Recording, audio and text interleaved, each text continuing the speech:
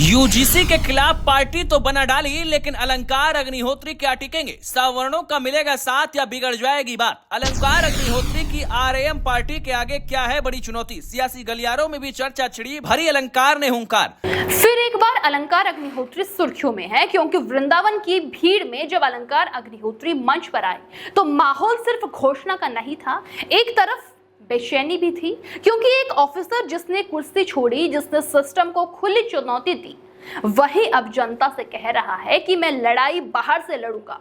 और सिर्फ यही नहीं, अलंकार अग्निहोत्री ने अपनी नई पार्टी राष्ट्रीय अधिकार मोर्चा यानी कि आरएएम राम पार्टी के नाम से ऐलान किया। जैसे ही ये नाम सामने आया, समर्थकों ने इसे आंदोलन की शुरुआत बताया, लेकिन राजनीति में हर शुरुआत के साथ एक लंबी परीक्षा भी जुड़ी होती है। ऐसे में सवाल उठता है कि क्या कुछ बड़ा कर पाएंगे? पार्टी तो बना ली, लेकिन इसका असर जमीन पर दिखा पाएंगे या नहीं? चलिए समझते हैं।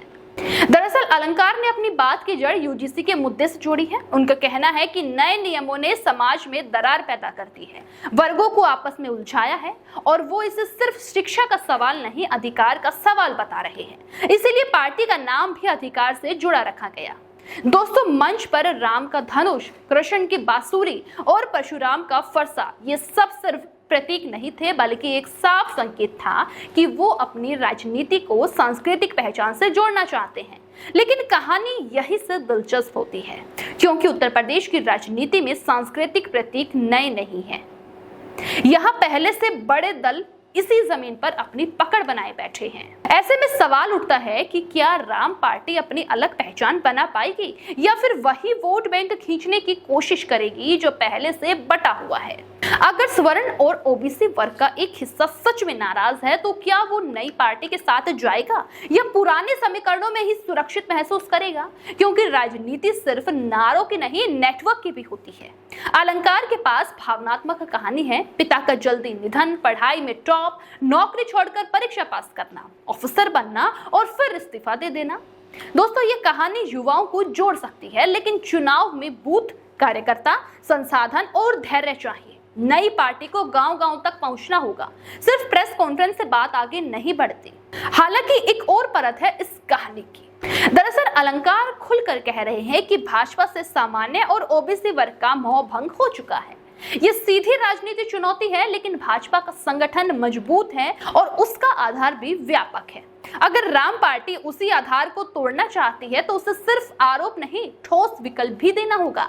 शिक्षा पर क्या नीति होगी, रोजगार पर क्या प्लान होगा, कानून व्यवस्था पर क्या रुख होगा, इन सवालों के जवाब भी जनता पूछेगी। इसके साथ ही सामाजिक संतुलन की चुनौती भी सामने है।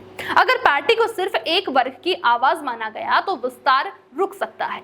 अलंकार कह रहे हैं कि दलितों, अल्पसंख्यकों और महिलाओं के लिए अलग प्रकोष्ठ बनाए जाएंगे, लेकिन जमीन पर भरोसा धीरे धीरे बनता है। दोस्तों, उत्तर प्रदेश की राजनीति में जातीय गणित बहुत गहरा है और हर नया प्रयोग इसी गणित से गुजरा है। वृंदावन से शुरुआत करना भी प्रतीकात्मक है, धार्मिक आस्था की धरती से संदेश देना, राम नाम के साथ पार्टी लॉन्च करना, यह सिर्फ रणनीति है कि भावनात्मक जुड़ाव पहले बनाया जाए। लेकिन चुनाव आते आते भावनाएं ठंडी भी पड़ सकती है, तब संगठन और विश्वसनीयता काम आती है। राम पार्टी को यह साबित करना होगा कि वो सिर्फ प्रतिक्रिया नहीं, एक दीर्घकालिक पार्टी परियोजना है। अभी सियासी गलियारों में चर्चा है, समर्थकों में उत्साह है, विरोधियों में सवाल है। कुछ लोग इसे साहसिक कदम बता रहे हैं, तो कुछ इसे जल्दबाजी कह रहे हैं। लेकिन इतना तो तय है कि अलंकार अग्निहोत्री ने उत्तर प्रदेश की राजनीति में एक नई बहस जरूर छेड़ दी है। यूजीसी के मुद्दे को उन्होंने राजनीतिक रूप दे दिया है और खुद को विकल्प के रूप में पेश कर दिया है। अब असली परीक्षा शुरू होती है। क्या ये हुंकार जन आंदोलन बनेगी? क्या सवर्ण और ओबीसी वर्ग खुलकर साथ आएगा? क्या युवा इसे अपने अधिकार की लड़ाई मानेगा, या ये प्रयोग कुछ महीनों में ठंडा पड़ जाएगा? फिलहाल राम पार्टी ने दस्तक दे दी है, आगे का रास्ता लंबा है। राजनीति में टिकना घोषणा से नहीं, लगातार जमीन पर पसीना बहाने से तय होता है। अब आने वाला वक्त ही बताएगा कि अलंकार अग्निहोत्री की ये चाल नई धारा बनेगी या सियासत की भीड़ में खो जाएगी। देश और दुनिया की हर बड़ी, सटीक और भरोसेमंद खबर के लिए अभी विजिट करें हमारी वेबसाइट nowuttarpradesh.com और nownoida.com, क्योंकि यहाँ सिर्फ सुर्खियां नहीं, पूरी जानकारी मिलेगी।